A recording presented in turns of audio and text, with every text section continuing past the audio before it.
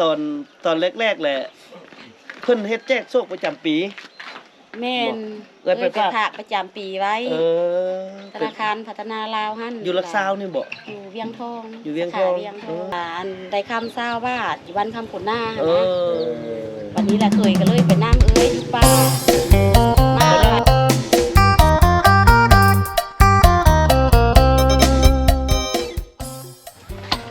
เป็นรถสีแดงเนาะโอ้ปั๊มน้ำมันนาแจ้งน้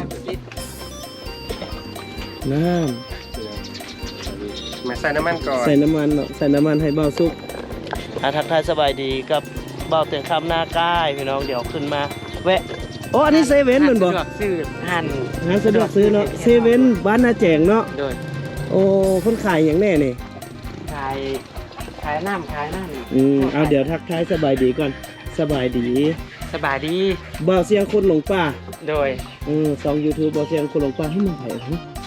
กินบ่ขนมทางหลังกินบ่ขนมมันไผจะกินขนมยับมาขนมบ่ไว้ได้พร้อมใจดีได้นี่เฮ้ยเอาไว้ตัดเอาไว้มันเอาไปแจกทางไว้กินขนมไว้บ่าวสิซื้อให้กินนี่ได้อันนี้กินบ่สบายดีโอ้แล้วบ่ได้กินนั่นนี่โอ้เพิ่นขายอย่างแน่นี่บ่เสียงโอ้ยิบเครื่องนำบ่โดยท่านบ่ท่านได้สร้างสำเร็จไอ้ครับอันนั้นตอนแรกนี่นั่นหลายอย่างอยู่ก็พอได้แก้ไขเนาะพอได้แก้ไขเริ่มขายให้คนใจตั้งจักปีละปีนึงก็ปีละบ่ปีแล้ว2 ปีเอื้อยบ่ผู้นี้โดยเอื้อยอ่านของอ้ายครับผู้ใดอายเจ้าโอ้สบายดีเด้อสบายดีโอ้เฮือนคักเนาะเป็นเฮือนไม้คันบ่มีขี้ฝุ่นก็ค่ายอยู่เนาะอันนี้จะก้าวขี้ฝุ่นหน่อยนึงรถแล่นตรวจตาดนี่แหละต่อไปกับทางปู่ยางมาฮอดมันก็สิสบายปีใดมีทางปู่ยางปีใดก็ปีนั้นล่ะไอ้บ่เสียงแท้ๆบ่นี่โดย10 ปีตั้งนานจะบ่มีบ่ทางยางไอ้ห้องไอ้กบคนนึงโอ้อยู่นี่สามารถแบบมาดื่มแล้วก็เปิดตู้ฟังเพลงได้เลยเหมือนบ่นี่โอ้คักหลายตู้หน่วยเดียว2หน่วยนี่คุมบ่เลยครับเอามื้อนี้เดี๋ยวถามบ่เสียงกันบ่เสียงสิพาบ่เตียงไปไสถ้าไปเลาะถ่ายหาถ่ายคอนเทนต์อยู่บ้านข้างคุณหน้าพี่น้องบ่เฮ็ดคอนเทนต์ได้บ่เฮ็ดจริงเลยได้บ่โดยเฮ็ดจริงเลยเนาะเฮ็ดจริงเลยเนาะมีผู้สาวอยู่เนาะโดยโอ้ยเดี๋ยวนัดผู้สาวไว้ให้บาซุกเลยพี่น้องโอ้ยตายบ่ซุกเอ้ยอย่างไรบ่ซุกนี่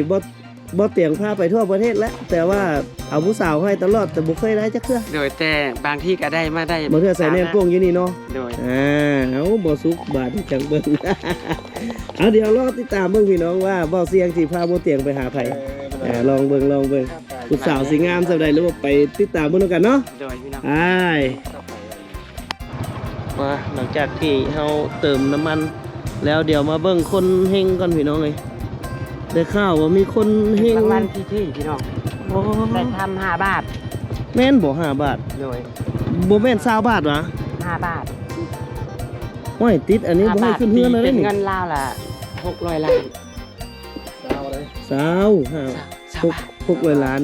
โทษได้พี่ดอกได้บ่ยังว่าบ่เสียงนี่เอาใส่เสียงเมานักเองแล้วเดี๋ยวไปทางใดละสบายดีแม่เพิ่นปุ๊บแล้วบอกพูดถึงรางวัลนี่เด้แม่นั่นแหละมันน้ำนั่นแหละปุ๊บแล้วบอกพูดถึงกันเลขรางวัลสบายดีเอาบอกเสียงจำเลยนอนอยู่ดอกป่าถึงอีหลีนี่เฮงอีหลีนี่แหละโอ้มา ย โชคดีเนาะ ได้แท้ได้จริง ถามแน่มื้อนี้นี่ก็ยังมา เฮ้ยยังมายังกินฮะ ยังกินได้อยู่บ่มื้อนี้ ซาวบาทอ่ะ ได้คำ20 บาทนี่แหละได้คำ20 บาท คำสาวบาท คำสาวบ้านนะพี่น้อง ว้าวอีหลีนี่ ว้าวอีดี ได้เป็นเส้นหรือได้เป็นแท่งหรือได้ ได้ เป็น เป็นแท่งได้คำแท่ง เบิ่งได้บ่หน่อยหนึง เซ็ต อย่าง เซ็ต เบิ่ง ได้ ห ไหม น่อยเบิ่งหน่อยหนึงสำนี้ก็ได้น่ะตัดนะ เรือ ตัดมาให้แถวเบิ่งเด้ เขาเฮ็ดงามเด้เนาะตัดบ่ได้ได้แค่ บ่ ได้ที่หูซี่กาตัด เดี๋ยวถามอันนี้ก่อนว่า อันนี้ผู้โชคดีอีหลีและอันเฮ็ดได้จังได๋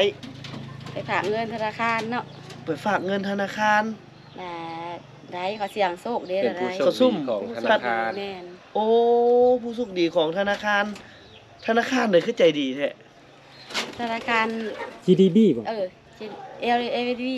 พัฒนาลาว LDB ธนาคารพัฒนาลาว เป็น โอ้เดี๋ยวพี่น้องบ่เตียงสิได้อันถอนออกจากอันธนาคารอันการค้าแล้วบัดนี้สิไป ธนาคารพัฒนาลาวเลย เนาะวันนี้ บ่มีลุ้น เซ็ต อันนี้เว้าเลยบ่มีลุ้นอย่างน้อยก็มาให้บ่เตียงลุ้นเด้ได้คำ20 บาทคือเพิ่นพอสิได้เอาไปแต่งเมียให้บ่สุก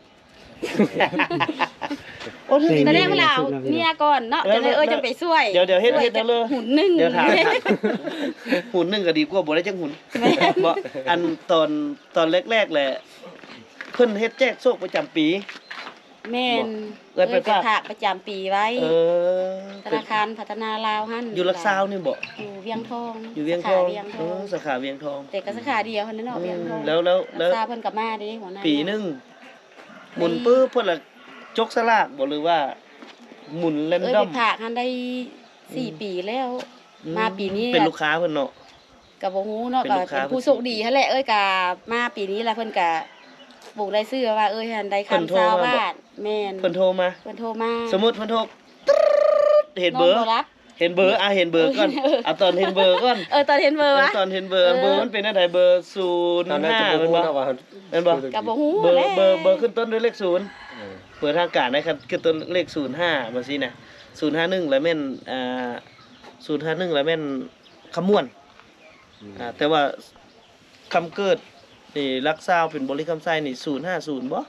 หรือว่าจังใดนี่ล่ะโทรกริ้งมาตอนจังโมงตอนน่ะ เอ้ยก็ไปนอนป่าอยู่ได แม่บ่ได้อยู่บ้านเล บ่ ย ได้อยู่บ้าน โอ้ อยู่แต่อัน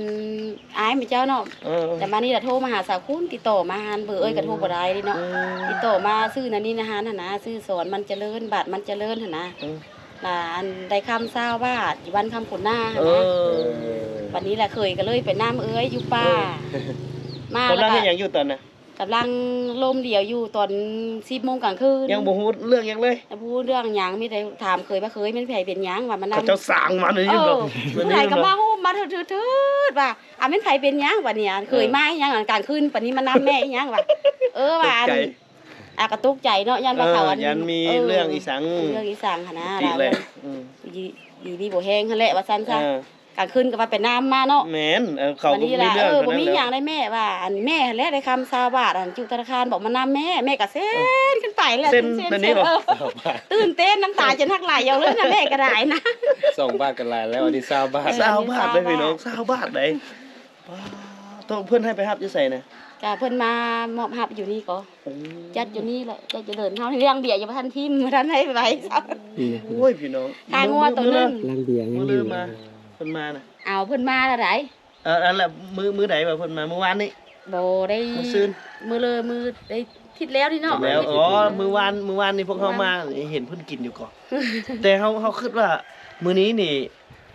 บ่เตียงก็สิมาเฮงน้ำเพิ่นจักลังหนึง กะละมาแหละเนาะ เป็ดตัวหนึงจังซี่วะ เราต้องมาเฮงนำ มาเฮงน้ำปลาแล้ว น้ำปลาอะไรเราต้องมาเอาเฮงน้ำปลาเพราะว่าแสดงความยินดีพี่น้อง มา เพิ่นว่านี่แหละเพิ่นว่าถ้าบ่มีนี่บ่มีไอ้น้อง วันนี้โอ้โหวันนี้มาไอ้น้องมาบาดนี่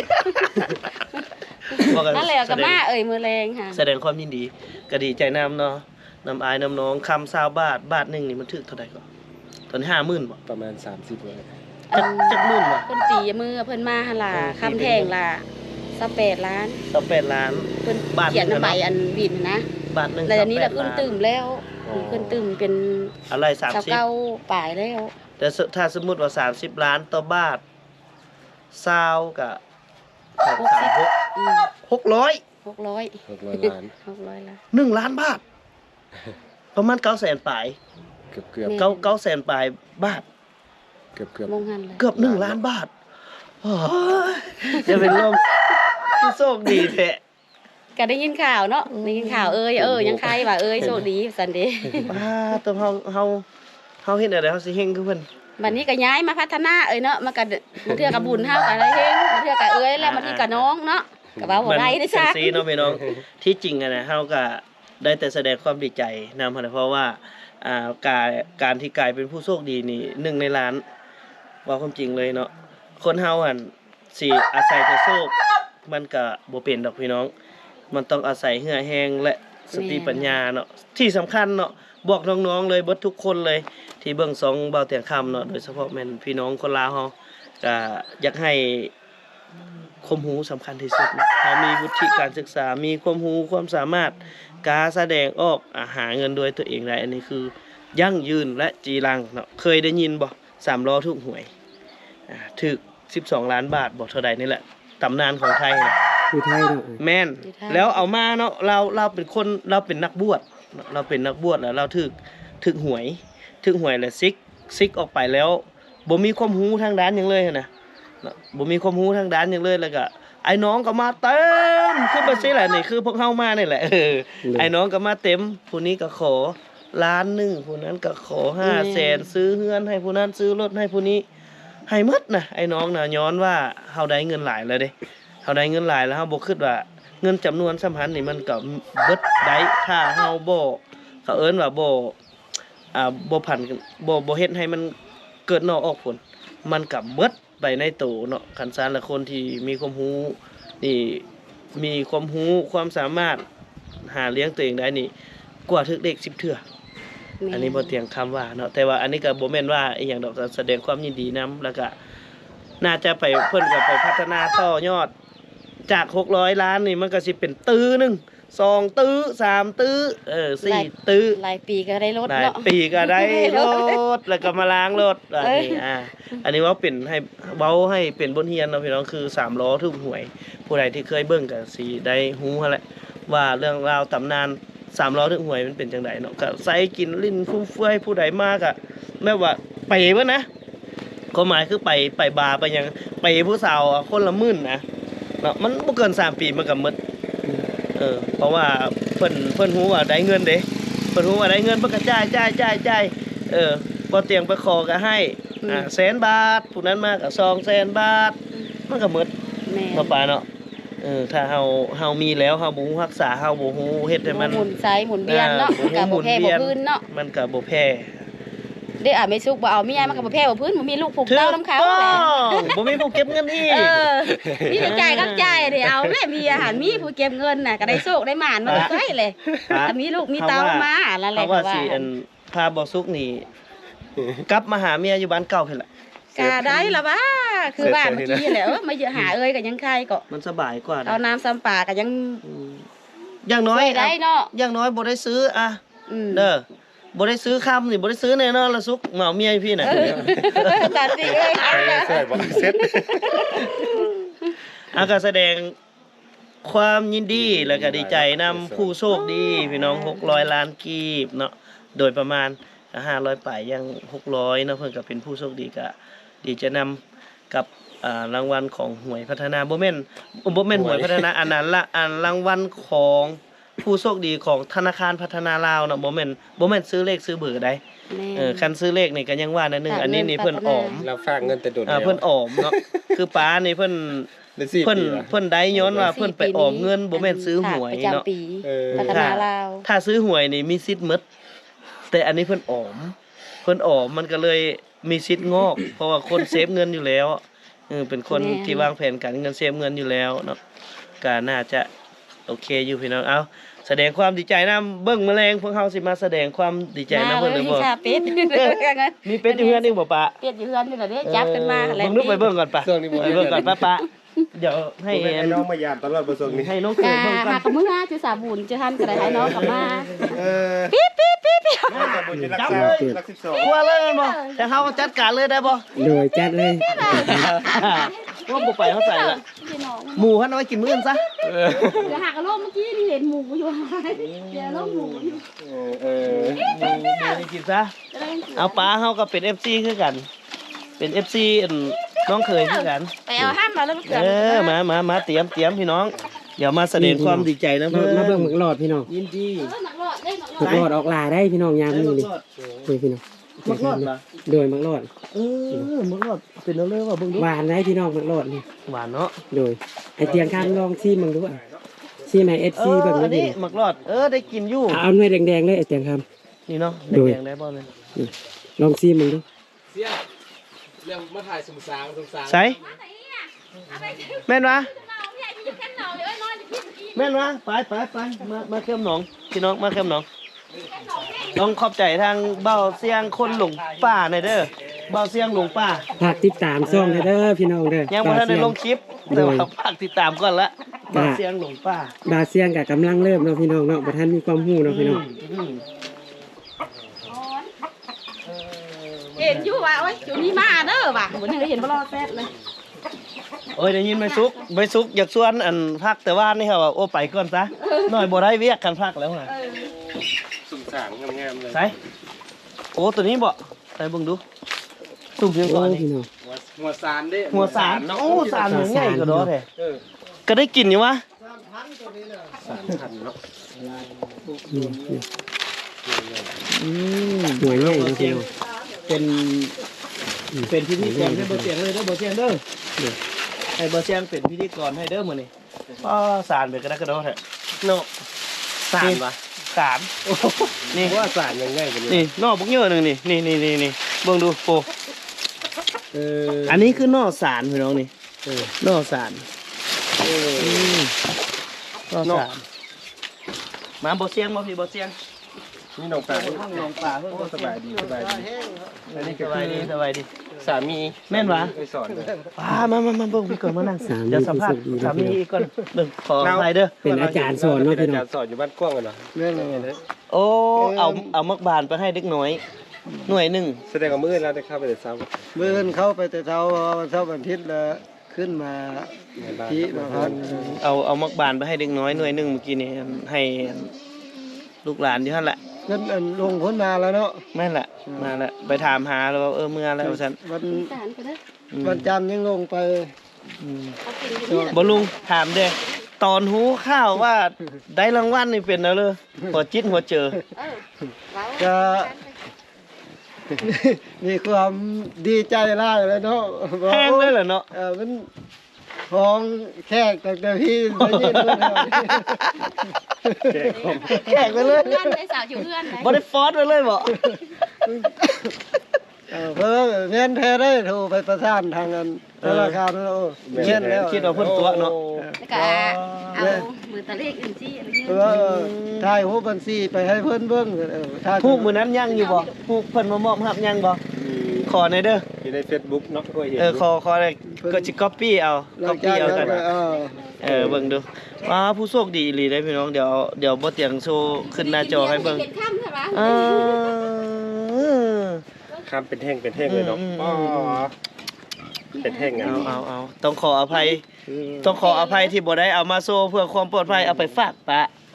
เอาไปฝากธนาคารคำให้เพิ่นหมุน ครับ เอามีก่อนธนาคารคำถ้าเฮาบ่อยากได้เป็นคำเฮาก็เอาเป็นเงินไปก็ได้แต่ว่าเซฟคำดีที่สุดละแม่นบ่ คำแพงเนาะอ้ายเนาะ เซฟคำนี้มันเป็นราคากลางของ เป็นราคา ของอันน่ะเขาเอิ้นว่า ของทุกวัตถุในโลกนี้